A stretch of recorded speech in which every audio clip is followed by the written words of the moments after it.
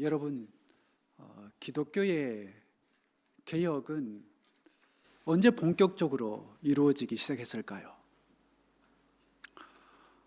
여러분, 기독교의 개혁이라 그러면 종교 개혁을 여러분들 다들 떠올리실 겁니다. 1517년 10월 31일에 이제 마틴 루터가 이제 독일에 있는 이제 비텐베르그 그 성당 정문에 5개조의 이제 신학 논쟁을 내걸고 이제 공개 토론을 그렇게 요청하면서 기독교의 이제 개혁이 본격적으로 그렇게 이제 시작이 됩니다. 이 모든 과정을 우리는 이제 일컬어서 종교 개혁이다라고 그렇게 얘기를 하지요. 여러분, 이 종교 개혁에 대해서 얼마나 알고 계십니까?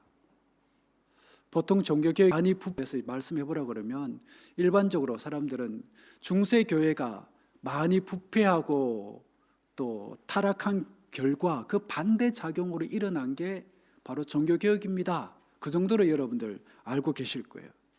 하지만 이 종교 개혁은 역사에서 더 깊은 의미와 또 가치가 있습니다. 즉 세계 역사에 있어서 매우 중요한 자리를 차지하고 있는 게 바로 이 종교 개혁이다라는 것입니다. 물론 이 시간을 통해서 전부를 다 얘기를 할 수가 없지만 중요한 몇 가지만 좀 말씀을 좀 드리려고 합니다. 여러분, 지금으로부터 이제 지난 한 1000년 동안에 일어났던 수많은 그 일들이 있는데 수많은 사건들이 있는데 그 사건들 중에 여러분들 가장 큰 사건이 뭘까요? 아마도 구텐베르그가 발명한 인쇄술이 아닐까 싶습니다. 그리고 이 사건 바로 다음에 바로 따라 나오는 사건이 뭐냐면 바로 종교개혁이에요. 그러니까 종교개혁이 더 힘있게 그리고 인쇄술이 더 영향력 있게 퍼져나갈 수 있었던 게 이 두 사건이 맞물려서 이렇게 사건이 이제 역사 속에서 등장을 하게 되는 겁니다. 이 종교개혁이 시작되면서 유럽 전체가 정말 엄청난 변화를 겪게 됩니다. 그리고 이 일로 인해서 기존에 없던 그 유럽에는 여러분들 가톨릭 신학밖에 없었잖아요. 기존에 없던 이 개신교라는 새로운 형태의 이제 종교가 각 나라에 이제 생겨나게 되는 거죠. 그러면서 종교계뿐만 아니라 사회 전반에 걸쳐서 정말 일대 변혁을 그렇게 이제 경험하게 됩니다. 왜냐하면 지금까지는 그 유럽 전체는 어느 신앙을 따라가던 그런 사회였습니까? 가톨릭 신앙을 그렇게 따라가던 그런 그 모습을 사회가 가지고 있다가 개신교 신앙을 따라가는 모습은 사뭇 다르거든요. 그렇게 이제 중세 교회가 이제 가톨릭과 이제 개신교가 그렇게 나누어지면서 중세 1000년의 역사는 이제 드디어 이제 막을 내리게 되는 겁니다. 그렇다면 중세 그리고 종교 개혁이 왜 일어나야만 했을까? 그리고 개신교는 이 가톨릭으로부터 왜 분리되어야만 했을까? 이 종교 개혁의 역사를 우리가 잠시나마 좀 살펴보면서 교회가 왜 갈라질 수밖에 없었는지, 그리고 하나님이 이 일을 통해서 이루신 일들이 무엇이었는지를 좀 우리가 살펴보면서 그렇다면 우리는 어떻게 해야 될 것인가를 좀 생각을 해보려고 합니다. 앞서 말씀드렸는데 루터가 이 종교개혁을 일으킨 때가 언제라고 말씀드렸죠? 1517년 10월에 이 종교개혁이 이제 본격적으로 일어나게 되는 겁니다. 하지만 갑자기 이 종교개혁이 그냥 푹 이렇게 생긴 게 아니에요.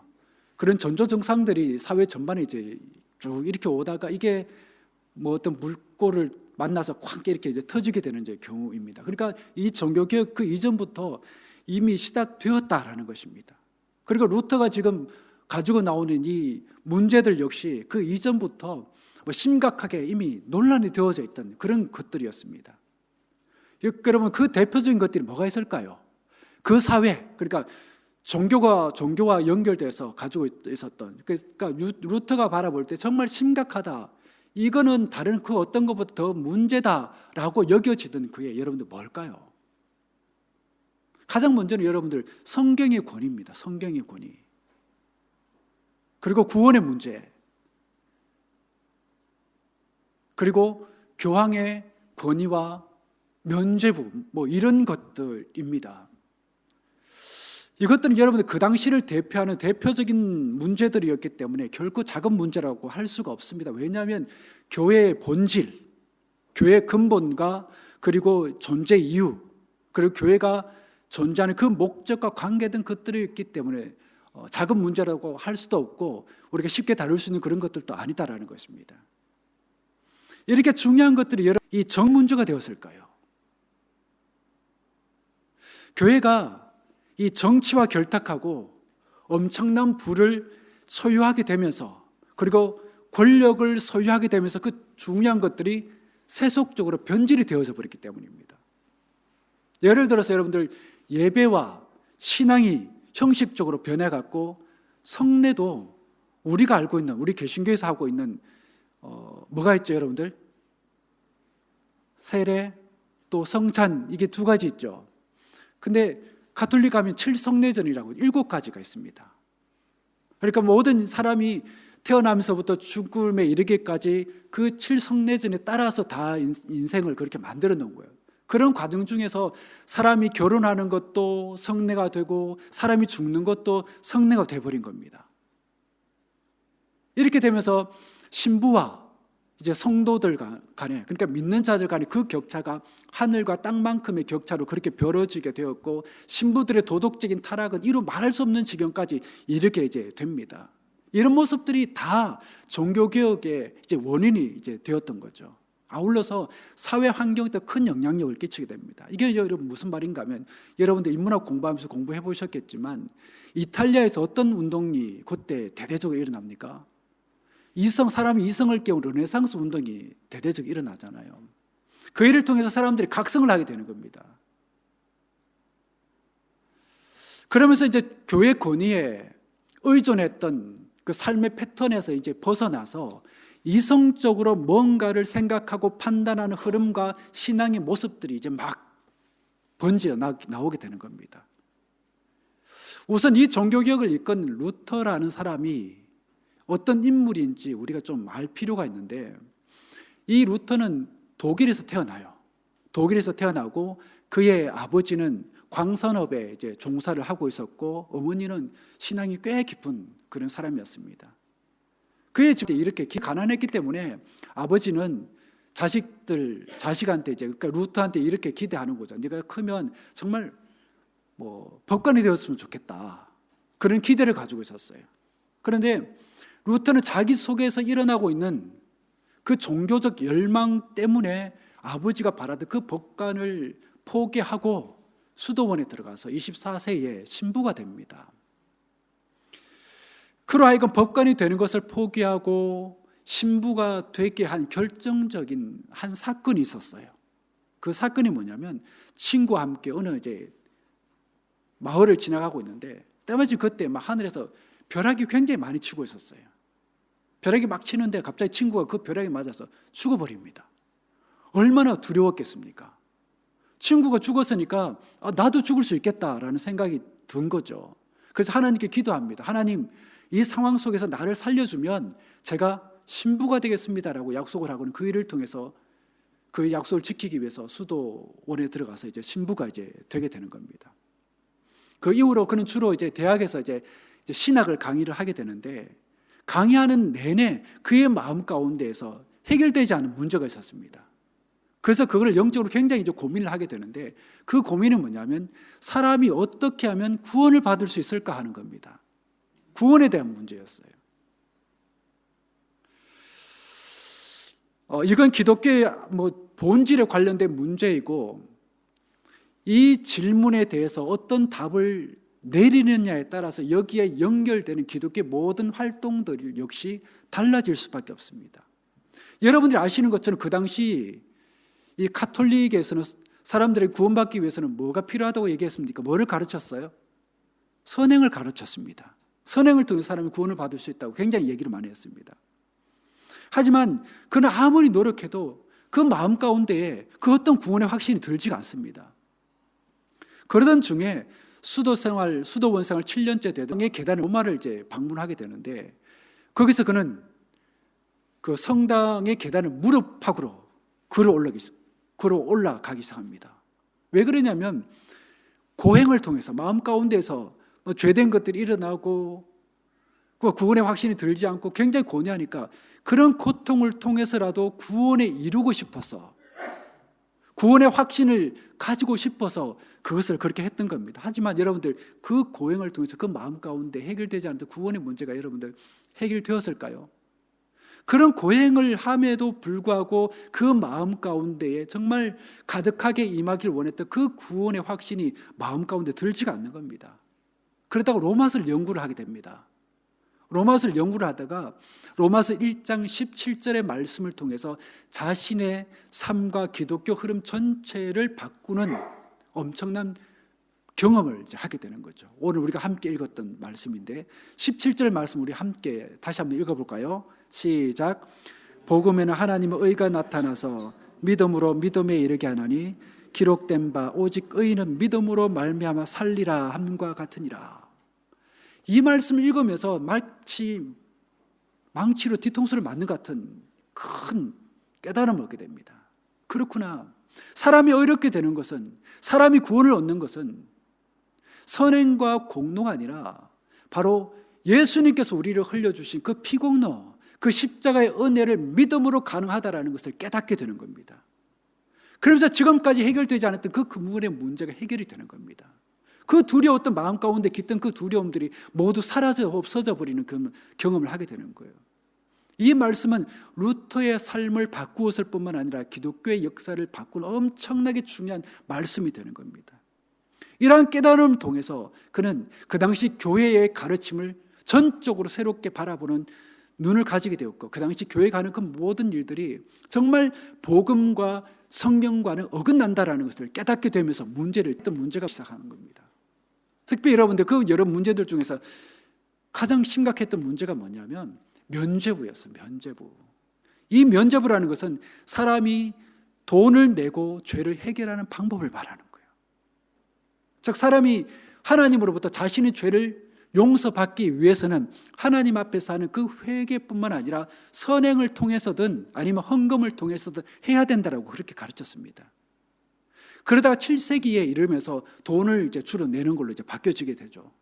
그렇게 세월이 그렇게 지나면서 교회에 돈이 많이 이제 쌓이게 되고, 이게 여러분들 이제 교회의 이제 주된 재정 이제 충당원이 이제 되는 겁니다. 그러던 중 루터가 이제 살던 때에 아주 결정적인 한 사건이 벌어지게 됩니다. 그 당시 이 교회의 이제 교황이 누구였느냐면 레오 10세라는 사람이었는데, 그 사람이 이제 성 베드로 성당을 이제 완공을 해야 되는데 돈이 엄청나게 드니까 정말 이 문제를 어떻게 하면 해결할까라고 고민하게 되는 겁니다. 이제 그러면서 이제 각 지역에 이제 태절이라는 신부를 보내서 이제 이 면죄부를 판매하게 만들어요. 그게 가장 헌금을 많이 이제 사람들로 하여금 모을 수 있고 또 성 베드로 성당 완공할 수 있는 가장 좋은 길이라고 그렇게 이제 판단을 했던 겁니다. 그러니까 이 면죄부를 사는 사람은 현재의 자신의 죄뿐만 아니라 미래의 죄까지도 다 용서받을 수 있다라고 가르쳐 줬고, 게다가 살아있는 사람뿐만 아니라 죽은 사람들의 죄까지도 다 용서를 받는다라고 그렇게 가르쳤습니다. 그러니 거기에 사람들이 이제 설득을 당하고는 이제 교황의 직인이 찍힌 면죄부를 이제 막 이제 사기 시작하는 거죠. 상황이 이렇게까지 가니까 더 이상 이제 루터가 참지 못하고는 교회 안에 있는 여러 가지 문제를 놓고 공개 토론을 이제 요청하게 되는 겁니다. 아마도 그 내용들이 굉장히 심각했던지 이 내용들은 곧바로 이제 교황에게 이제 보지 않고 그 보고를 들은 교황은 이를 단순히 심각하게 받아들이지 않고 단순하게 그냥 술주정뱅이에 그냥 미친 짓 정도로, 술주정뱅이에 그냥 정신없는 짓 정도로 그렇게 이제 치부해 버립니다. 그런데 이 사건을 대하는 많은 분들이 그런 질문을 해요. 어떻게 교회가 면죄부와 같은 것을 결정을 할 수 있고 그런 일들을 사람들에게 강요할 수 있느냐? 하나님의 말씀들 가운데 그런 관련된 구절이 어디 있느냐? 도대체 어디 있느냐? 라고 그렇게 질문합니다. 충분히 그런 질문을 할 수가 있죠. 왜냐하면 우리는 성경이 최종 권위라고 그렇게 우리가 믿고 있는 개신교도들이지만 그 당시 가톨릭에 속한 대부분의 사람들은 최종 권위, 그 최고의 권위는 성경이 아니라 누구의 권위였을까요? 맞습니다. 교황의 권위였어요. 그러니까 교황이 어떤 결정을 내리느냐에 따라서 그것이 최고의 권위가 되는 겁니다. 그러니까 면죄부가 교황이 내린 결정이었으니까 그게 다들 사람들이 받아들이게 되는 거예요. 그러니까 이제 루터가 볼 때는 이제 교회가 갈 때까지 갔구나. 더 이상 참지를 못하는 겁니다. 결과적으로 그 일을 통해서 그 일로 인해서 이제 그는 루터는 이제 로마 카톨릭으로부터 이제 이단으로 이제 정죄를 받았을 뿐만 아니라 이제 파면까지 이제 당하게 됩니다. 더 이상 서로가 함께 할 수 없는, 갈라질 수밖에 없는 그런 상황이 되어버린 거죠. 이렇게 시작된 이제 종교개혁이 급기야 유럽 전체로 이제 번져 나가게 되면서 결국에는 가톨릭과 개신교가 분리되는 상황까지 이제 가게 됩니다. 또한 대부분의 이제 유럽의 나라들은 뭐 여러 가지 정치적인 이유가 있었겠지만 이제 개신교를 이제 지지했을 뿐만 아니라 깔벤과 같은 여러 이제 개혁자들이 역사 속에서 이제 등장하게 되는 겁니다. 이 일을 통해서 우리가 하게 되는 질문이 있습니다. 그 질문이 뭐냐면 여러분들도 한번 생각을 해보십시오. 끊일까? 이 종교개혁을 루터라는 그 한 사람이 일으킨 사건일까? 여러분은 어떻게 생각하세요? 정말 불의를 참지 못한 루터가 한번 교회를 뒤집어 엎어서 교회를 바로잡겠다라는 루터 한 사람의 고결한 그 정신과 그 결단을 통해서 교회가 이렇게 종교개혁이 일어났을까요? 이 종교개혁은 루터 한 사람이 일으킨 사건이 아니라 하나님이 일으킨 사건입니다. 비록 루터가 그 사건의 핵심 인물이 되기는 했지만 하나님이 주관하신 사건이고 하나님이 이루어 나가신 사건이에요. 만일 한 사람이 일으킨 사건이라면 어떻게 500년이 지난 지금에까지도 이것이 이렇게나 크게 영향력을 끼칠 수 있을까요? 자, 그렇다면 하나님이 루터나 종교개혁자들을 통해서 이루고자 했던 게 여러분 뭘까요? 역사 속에서 굳이 그렇게 엄청난 사건을 일으키면까지 하나님께서 이루고자 하셨던 게 여러분들 뭐라고 생각하십니까? 우리는 그거를 사도행전을 통해서 좀 조명해 볼 수가 있어요. 여러분 사도행전 초반부에 보면 어떤 놀라운 장면이 나옵니까? 사도행전에 보면 초대교회의 모습이 나옵니다. 즉 그 옛날 그 마가의 다락방에서 일어났던 그때 그 교회의 모습과 그때 그 성도들의 모습을 하나님께서 마음에 품고 있었다고 생각합니다.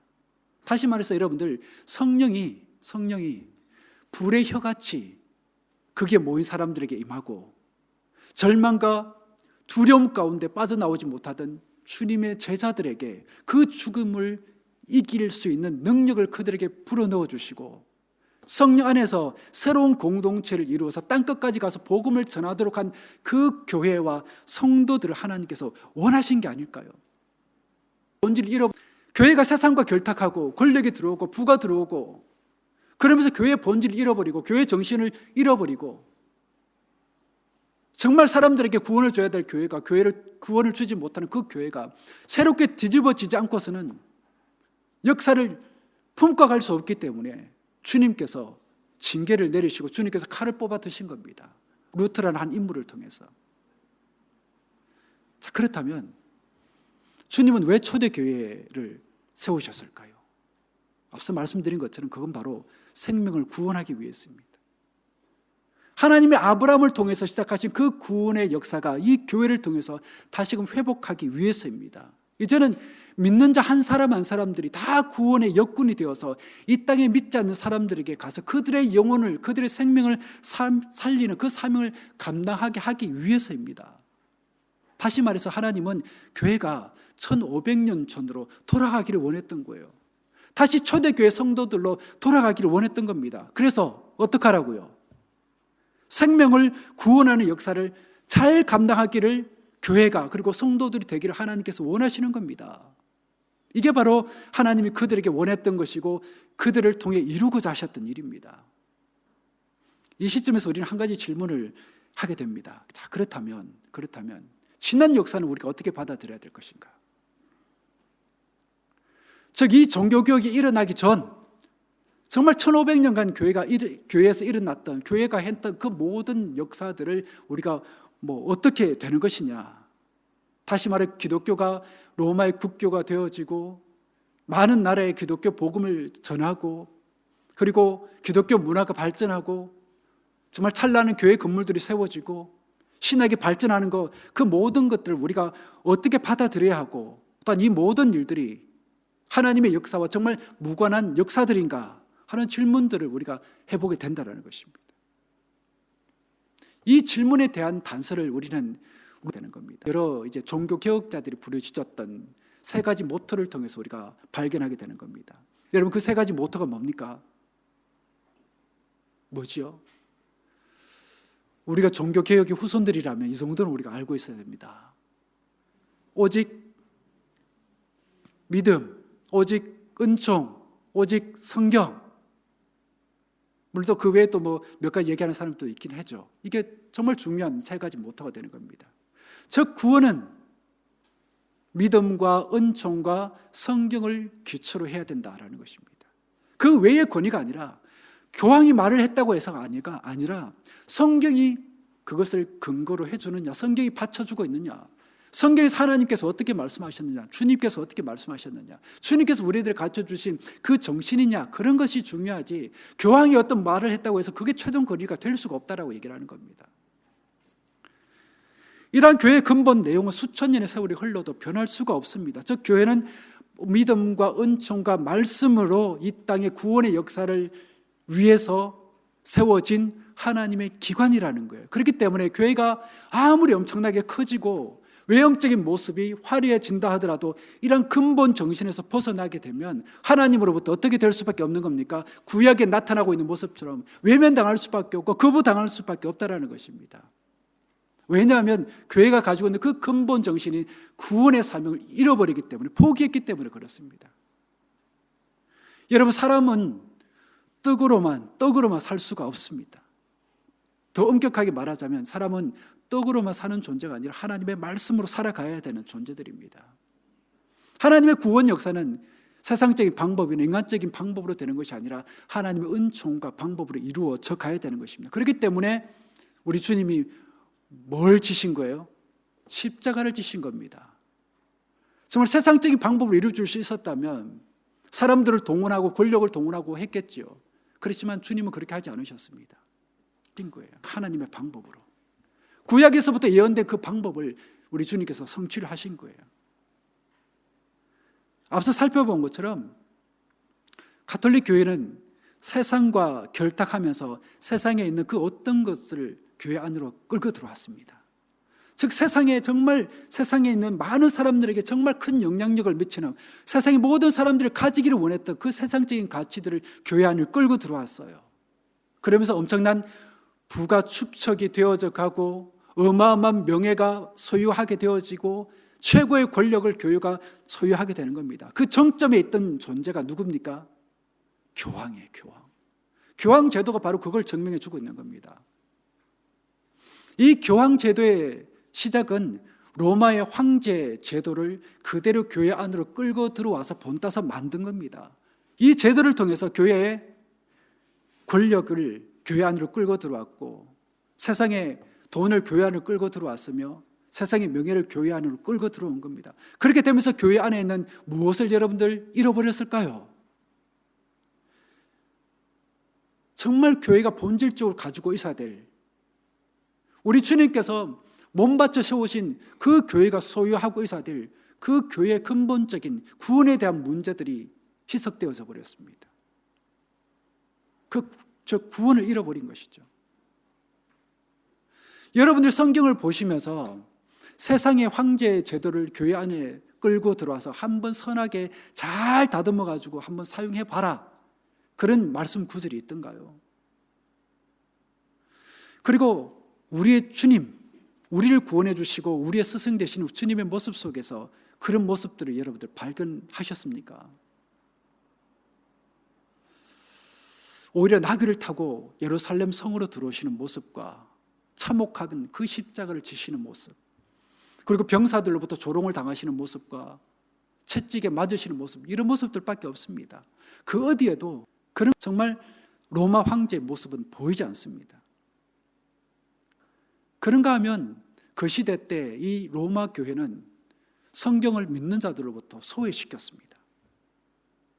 즉 성경은 라틴어로 된 성경만을 사용하게 했을 뿐만 아니라 그 성경조차도 믿는 자들의 손에 쥐어지지 못하게 했습니다.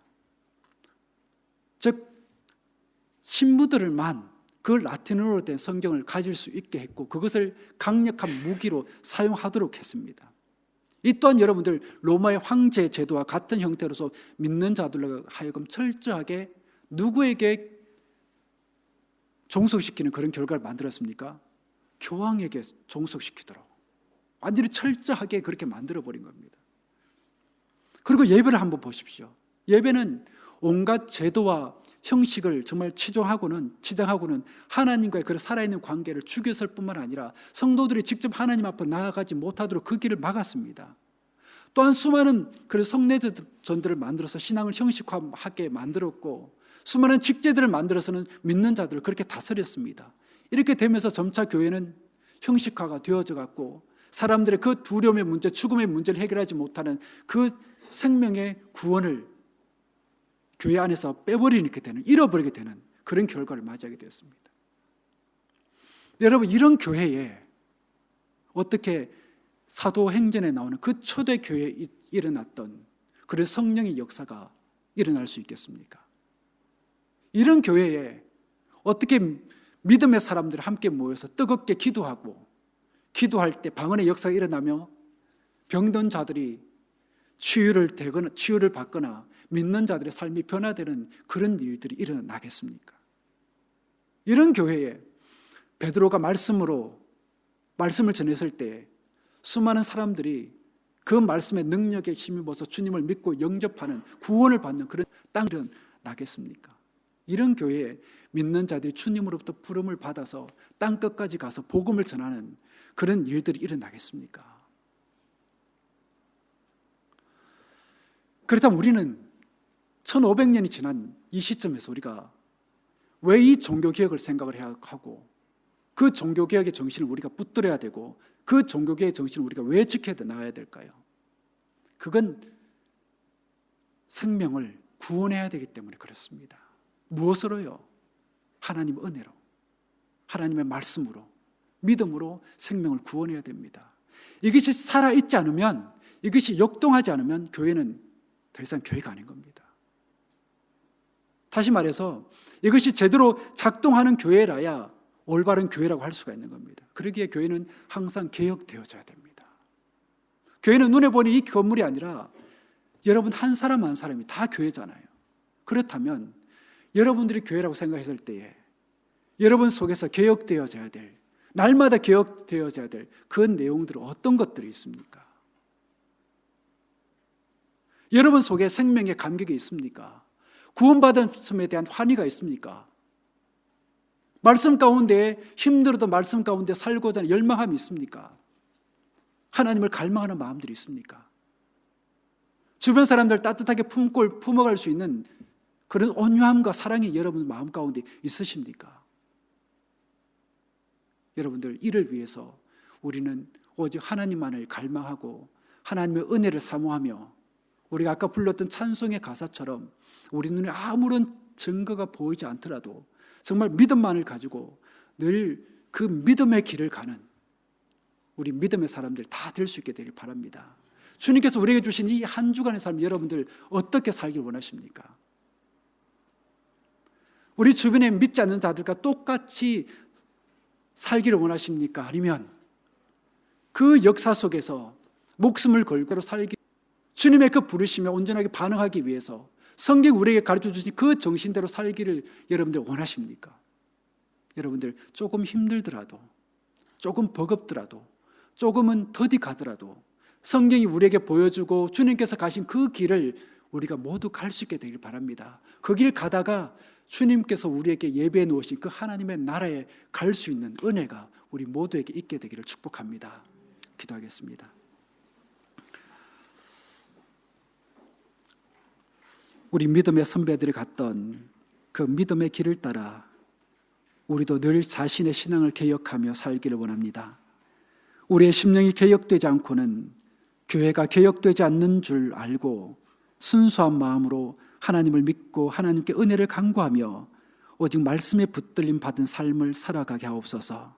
그리하여 우리의 영혼이 살아나는 경험을 하게 하시고 우리의 삶에 감사와 찬양이 넘치는 경험을 하게 하옵소서. 그러한 삶을 살 수 있도록 성령이 우리 마음에 소망을 불러 일으켜 주시고 그렇게 살 수 있는 힘도 주옵소서.